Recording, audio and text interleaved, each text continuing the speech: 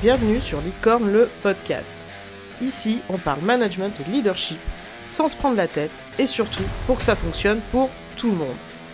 Que tu sois maman, papa, manager, chef, dirigeant, entrepreneur, le management n'est pas réservé à l'élite. Tu découvriras au fil des épisodes tous mes trucs et astuces qui te permettront de pouvoir te gérer toi, mais également de gérer une équipe. Et crois-moi, ça marche même avec ta belle-mère chiante. Je te dis à tout de suite pour l'épisode du jour. Et bienvenue dans ce tout nouvel épisode où aujourd'hui je vais te parler un petit peu du concept et en tout cas de ma façon de voir les leaders. Petit rappel, derrière ce mot leader, je vais mettre également le mot dirigeant, c'est-à-dire toutes les personnes qui vont gérer une équipe, donc ça va te parler forcément, mais également toutes les personnes qui vont s'auto-gérer, donc ça peut être des entrepreneurs qui travaillent seuls, tu peux être coach, tu peux être copywriter, tu peux être tout un tas de choses. Et c'est aussi, derrière ce mot dirigeant, on l'oublie bien souvent parce qu'on est toujours côté pro, mais c'est aussi gérer ta famille quand tu es papa ou maman. Donc on va résumer, un leader, c'est quelqu'un qui a quand même des responsabilités, qu'on soit bien d'accord, et qui doit montrer l'exemple aux autres. Le nom que tu peux trouver sur les réseaux, donc Leadcorn, le nom de ce podcast également, s'inspire directement de ma philosophie, c'est-à-dire leader licorne.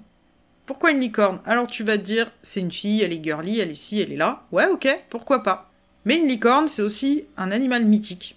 Franchement, c'est pas le truc que tu vas croiser tous les jours dans la rue, et c'est la même chose pour les bons leaders. Ce fameux leader licorne, ce que moi je mets derrière cette philosophie, c'est donc un chef que tu vas pas croiser tous les jours, c'est le chef avec qui tu auras toujours envie de bosser, c'est le chef qui te soutient, c'est le chef qui assume ses décisions, c'est celui qui fait tout pour que toi tu te développes, parce qu'il sait parfaitement que son rôle, c'est pas forcément d'être le chef, d'être par mont et par vaux, et de très clairement t'écraser. Il a compris que son rôle, c'est de t'accompagner. Et ça fait toute la différence. Ce fameux leader licorne, pour moi, c'est quelqu'un qui a un management horizontal, c'est-à-dire tout le monde est au même niveau, par contre c'est quand même lui qui prend les décisions, qui les assume, qui fait en sorte que tout se passe bien, plutôt qu'un management dit vertical, où l'image que je m'en fais et que j'ai connue, c'est t'as le chefaillon, entre guillemets, tu sais, ce petit chef là qui gueule tout le temps, qui impose un peu son truc, et qui est clairement assis sur son trône et toi t'es en bas. Si on prend une analogie égyptienne, on a tous vu ce genre d'image où t'as des Égyptiens qui sont en train de tirer un chariot avec un mec qui les fouette dessus. On peut également regarder Mission Cléopâtre, c'est assez bien matérialisé dedans, et ça c'est le genre de chef qu'on déteste tous, ok ? Être un leader licorne, ça demande quand même des compétences techniques, quand on doit diriger d'autres personnes ou quand on doit s'auto-diriger soi-même aussi, ça demande quand même de savoir ce qu'on fait et ce qu'on dit. Mais ça demande aussi d'avoir cet aspect humain. Et j'insiste là-dessus. Donc aujourd'hui, t'entends beaucoup parler de management bienveillant, de management authentique, de management humain. C'est malheureusement des termes qui pour moi sont galvaudés parce que tu peux balancer ce que tu veux dedans. Tu peux tout à fait être bienveillant avec un grand sourire et dire des saloperies. Et ça se voit encore. Et donc derrière ce terme bienveillance qu'on met un petit peu partout, fais un tour sur les réseaux, tout le monde en parle. Que ça soit dans le domaine de management ou de beaucoup d'autres domaines, on parle de bienveillance, on parle d'empathie, on parle d'humanité, tout ça. Ouais, je suis ok, mais attention. Être humain, c'est quoi ? C'est accepter sa vulnérabilité, accepter ses erreurs aussi, les reconnaître. Parce que les accepter, c'est une chose, mais on les reconnaît pas forcément. Et ce fameux leader licorne, c'est quelqu'un qui est là, comme je l'ai dit avant, pour accompagner son équipe, pour la faire avancer vers le haut, pour la faire atteindre tous les objectifs de l'équipe, donc il la joue collectif et pas individuel, on est bien d'accord. Quelqu'un qui va être à l'écoute de son équipe, pas une assistante sociale, entre guillemets. On est là pour parler pro, quand on est dans le domaine professionnel, tout simplement quelqu'un qui a conscience de ses forces et de ses faiblesses, en tout cas de ses axes d'amélioration, parce qu'on n'est pas parfait, on ne sait pas tout, c'est l'avantage de bosser en équipe, tout le monde se complète, et qui va faire en sorte de développer l'équipe, et notamment, et ça c'est là où en général, quand on est dirigeant, on a un petit peu du mal avec cette notion-là, développer l'équipe pour que, comme aurait dit ma grand-mère, la maison tourne sans toi. C'est-à-dire que si le chef doit s'absenter pour X ou Y raison, ça met pas en péril toute l'équipe, ça met pas en péril toute l'entreprise ou tout le service dans lequel il est. Et c'est vraiment sur cette phrase que j'ai envie d'attirer ton attention. Aujourd'hui, beaucoup de dirigeants connaissent des burn-out, des dépressions, du surmenage, Tout simplement parce que ils ont encore trop cette notion de, et c'est pas contre eux, absolument pas, je l'ai eu aussi et d'autres l'ont, de je suis indispensable. Autre phrase de ma grand-mère, les indispensables, il y en a plein les cimetières. Et putain, elle avait raison. Donc notre fameux leader licorne, il a conscience de tout ça. Et comme il a conscience de tout ça, et que, accessoirement, petite confidence, il a aussi un petit peu envie de se reposer, hein, il va développer son équipe.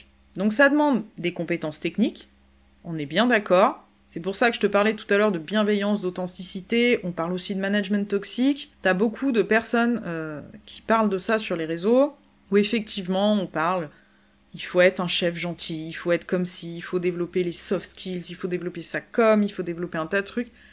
Mais n'oubliez pas la partie technique.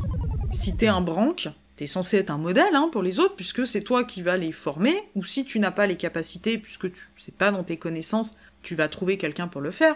Mais t'es là quand même pour leur montrer l'exemple, donc si franchement tu sais faire que dalle, ça va être compliqué. Donc oui, au départ, il a des compétences techniques, c'est pour ça qu'il a été nommé. Ensuite, et ça, effectivement, c'est pas donné à tout le monde, il y a des gens, c'est inné, la communication, la relation avec l'humain, d'autres pas du tout. Et ce fameux leader licorne, il va devoir bosser tout ça. Ça se passera pas forcément comme sur des roulettes, mais ça vient. Ça vient en étant formé, ça vient en observant, ça vient en ayant ces compétences humaines de discussion, d'aller trouver les autres, de comprendre comment ils fonctionnent, de connaître leur levier de motivation.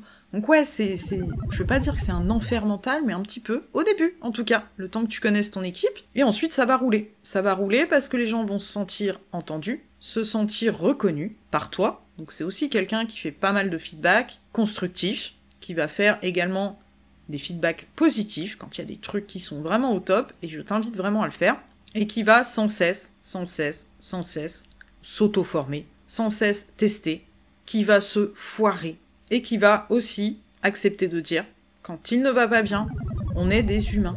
Si toi tu acceptes ces moments, voilà, t'aimerais que ton équipe, quand t'es pas bien, que ton équipe elle accepte que ce jour-là tu tires un peu la tronche, accepte-le des autres. Mais tu ne peux pas comprendre ça des autres, tu ne peux pas savoir ce qu'ils vivent, ou ainsi de suite, sans aller à leur contact. Et c'est encore beaucoup trop aujourd'hui des choses qu'on peut voir dans des grosses structures, où le manager, le chef d'équipe, le dirigeant est dans son bureau, et en fait il en sort pas vraiment. Je vais te faire un petit résumé de ce fameux leader licorne. Si tu veux être un leader licorne unique et légendaire, fais en sorte que la maison tourne sans toi. Développe des talents, et j'ai même envie de dire, développe des talents qui seront meilleurs que toi et qui sont capables de prendre ta place. Ne les retiens pas dans ton équipe, laisse-les se développer, et surtout, sois à leur écoute. Sois leur exemple, si possible en bien, d'accord ? Mais sois leur exemple, et joue-la collectif. C'est super important. Aujourd'hui, pour moi, le management vertical n'a plus lieu d'être. C'est un épisode un petit peu plus court que les autres aujourd'hui, de toute façon, ça ne sert à rien que je babelle pour babler, ok ? Je vais te souhaiter une excellente journée ou une excellente soirée en fonction de l'heure à laquelle tu vas m'écouter. Et je te dis à bientôt.